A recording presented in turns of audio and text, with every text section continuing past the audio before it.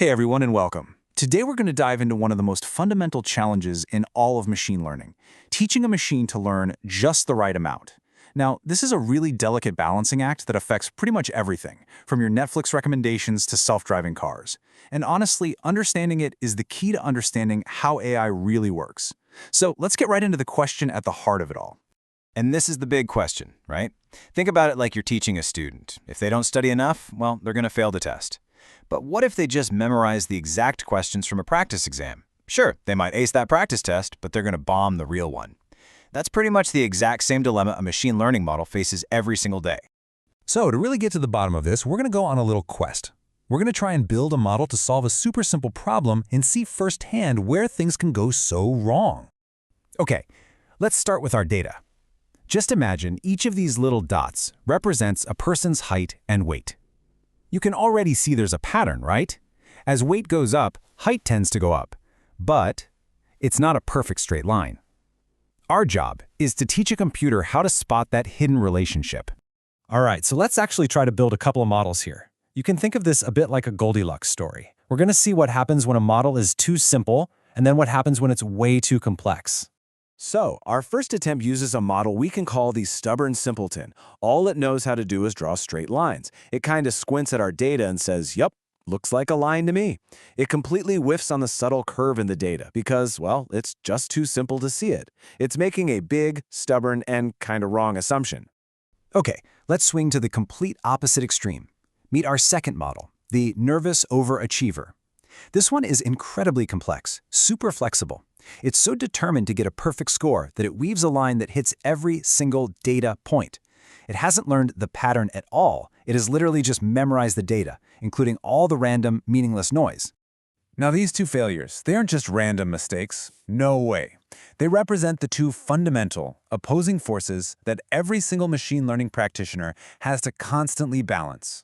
On one side, we have a model that's way too simple, and on the other, one that's way too complex. So it's time to give these two errors their proper technical names. In the world of machine learning, they're known as bias and variance.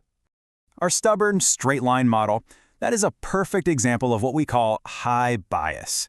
You see, bias is the error that comes from a model's flawed assumptions about the data.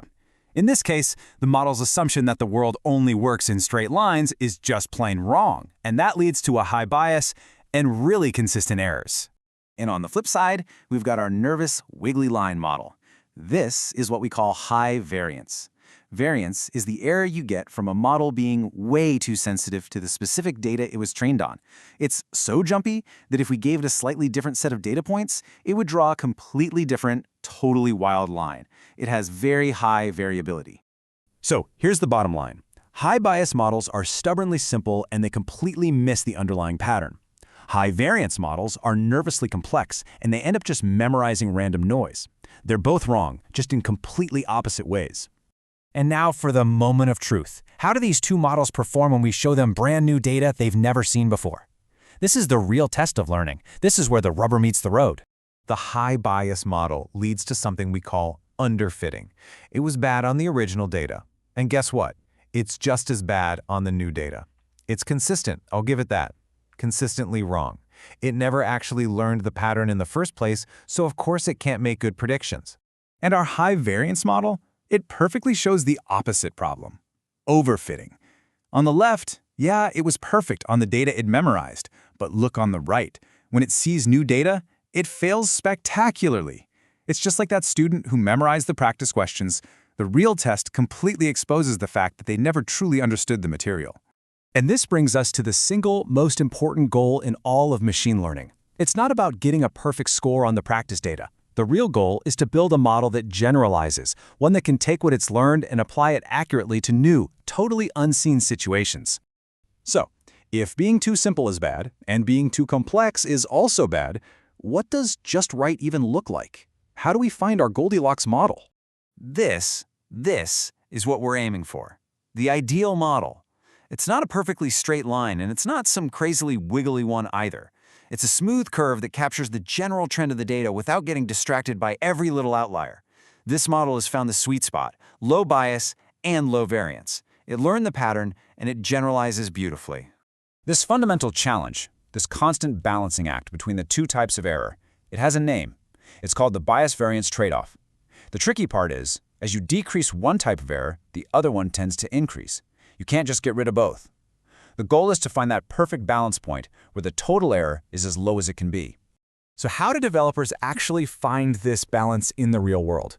Well, they have a whole toolkit of techniques. To fix high variance or overfitting, they might get more training data to give the model a broader perspective. Or they might simplify the model by using fewer features. To fix high bias or underfitting, they often do the opposite. They make the model more complex by giving it more features to learn from. It's this constant cycle of diagnosing the error and applying the right fix. And that leaves us with one final thought. The bias-variance trade-off really means there's no such thing as a perfect model. Every model is just an approximation of reality. So the real challenge isn't about being perfectly right. It's about understanding these errors so we can build a model that is the most usefully wrong, whether it's recommending your next movie or helping a car navigate a busy street.